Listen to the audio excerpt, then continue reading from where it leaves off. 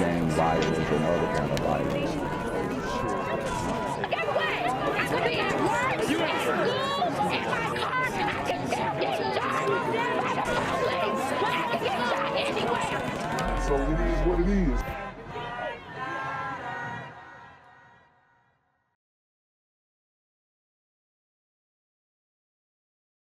What's good, Shadow Realm? It's the Black Gen Z Mindset. Make sure you go ahead and like, comment, share, subscribe. Let's get into the video. Breaking news, a Western North Carolina man has died after a reported home invasion. Forest City police tell us it happened on Harris Lee Drive just before 10 this morning. When they arrived, authorities say they found 25-year-old Tyler Weaver unresponsive. He was later pronounced dead at the scene. So you have this young man, 25 years old, shot and killed in a home invasion by two super gremlins on demon time. And this is something that is just inexcusable. Something that's inexcusable. Something that keeps happening over and over again. And something that we on this channel would like to spread awareness about and maybe hope to change. But the fact that you have people, career criminals, like they said, going into someone's home, invading their space, violating their privacy, it's a very scary thought and a scary experience for anybody. We're told there's no word yet on any arrests, and the incident appears to be isolated. If you have any information, you're asked to contact the Forest City Police Department at the number here on your screen. Meanwhile, two North Carolina men are facing murder charges in connection with a deadly home invasion. Forest City police say late last month, officers found 25-year-old Tyler Weaver dead in a home. No suspects were in the area when they arrived. Damn, so they ended up getting caught up later on because when the officers arrived, they didn't have any suspects in custody. So definitely looks like there was some good police work done to find and apprehend these suspects who shot and killed this innocent man in his home. I mean, just imagine that. You're in your home, relaxing, chilling, and somebody's already in there with you. And they don't have good intentions. And you're not near your firearm. You're not near a weapon. I know his life flashed before his eyes. Every memory that he's ever had just flashes in the blink of an eye, and then boom, you're done.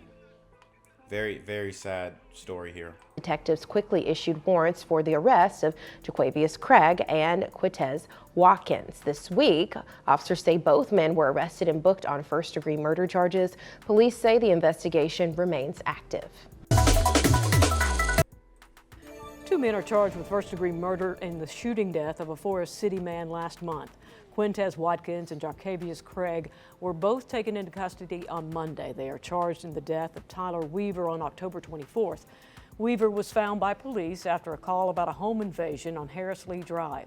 Police say the investigation remains active and the detectives continue to look for leads in this case. What's good, Shadow Realm? It's your boy Jaquavious Jackson, and y'all already know I'm demonetizing shadow banning this bitch. So if you want to contribute, go to the Cash App, the PayPal, the GoFundMe, or join the Patreon. Also, don't forget to visit the merch store for all your favorite BGZM News 17 gear, including our exclusive Trump is a Blood t-shirt. Go fast before they sell out. They are already flying off the shelves, no cap. And remember, these super gremlins are on demon time. All right, so we have a little bit more information on this story via the New York Post. This man, Tyler Weaver, who was murdered in his home, is a national go-kart racing champion. And he was murdered in front of his fiance, apparently. So a North Carolina kart racing national champion was murdered in front of his fiance during a violent home invasion by two suspected career criminals who were captured 10 days after the targeted attack. So it was targeted. They had an eye for him, and for some reason they were pursuing him and looking to harm him. Tyler Weaver, 25, was found dead on the floor of his Forest City home on October 24th when police responded to the rural house following reports of a break-in just before 10 a.m., officials said. Weaver and his fiancée, Nevaeh Quintero, were inside when the suspects allegedly broke in and opened fire. Weaver, who twice won the 2018 Maxxis kart racing national champion, was shot multiple times by Quintero, managed to escape, and called the police. Weaver's death was ruled a homicide by multiple gunshot wounds. The deadly home invasion was a targeted incident, and Weaver died as part of a robbery gone bad. Forest City Police Chief Chris Leroy said, the outlet reported. The gunmen, later identified as Quitez Watkins, 35, and Jaquavious Craig, 26, fled after the shooting, and warrants for their arrest were issued 3 days later. They were both captured Monday and charged with first-degree murder. So you got Quitez here, 35-year-old man, committing a home invasion. I mean, bro, you're 35. You have a receding hairline. And you're going into people's houses and robbing them. I mean, to me, like, home invasion, I know it's a very serious thing, but that's like not a child's crime, but a juvenile crime, in my opinion. Like, the types of people who end up doing that, usually young people, but you're 35 and you're doing home invasions. Come on, man. Jaquavious Craig handed himself over to police after an arrest warrant was issued. Watkins was captured by the Carolinas Regional Fugitive Task Force, led by the U.S. Marshal's Office, before Craig turned himself over to police in Rutherford County. They are being held at the Rutherford County Detention Center without bond. Watkins was previously arrested for assault with a deadly weapon with intent to cause serious injury, possession of a firearm by a felon, methamphetamine trafficking, possession of cocaine, heroin, and opium, and habitual assault, according to court records viewed by the Post. Craig has previously faced multiple felony charges, including assault with a deadly weapon with intent to kill, fleeing arrest, robbery with a dangerous weapon, felony breaking and entering, and assault on a female. Several of his cases were dismissed in Cleveland County, North Carolina. Sorry, I don't know why I said New York. Due to insufficient evidence. Weaver, who worked as an electrical tradesman, was remembered by his friends and family after his death. Losing my brother has been the hardest thing we've ever gone through, his sister Taylor Weaver wrote on Facebook. He was such a kind, beautiful soul with the biggest heart, and he was taken from us far too soon. Weaver's grieving mother, Amanda Rogers, recalled Charlie Kirk's widow, Erica's impassionate forgiveness of her husband's assassin during his funeral in September. I recall watching Erica Kirk at her husband's funeral say, "I forgive him," and I'm thinking that woman has to be remarkably resilient, and I know that's what God would want, but I don't know how that's even possible. My child didn't deserve this, Rogers said. He had a heart of gold, always willing to lend a helping hand, regardless of one's background. His kindness knew no bounds. I'm struggling to find the strength to get through this. I'm humbly asking for prayers. So you see the kid here, man. Had a family, cared about him. Maxxis Kart Racing North America honored the decorated racer and his father, Danny, who died in September 21.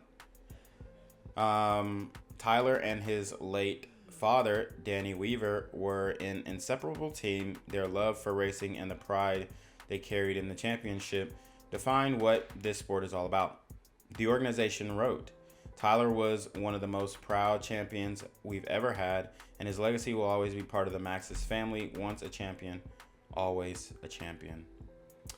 So that's the story for today, guys. RIP to Tyler Weaver, and hopefully Quitez and Jaquavious get the justice that they deserve.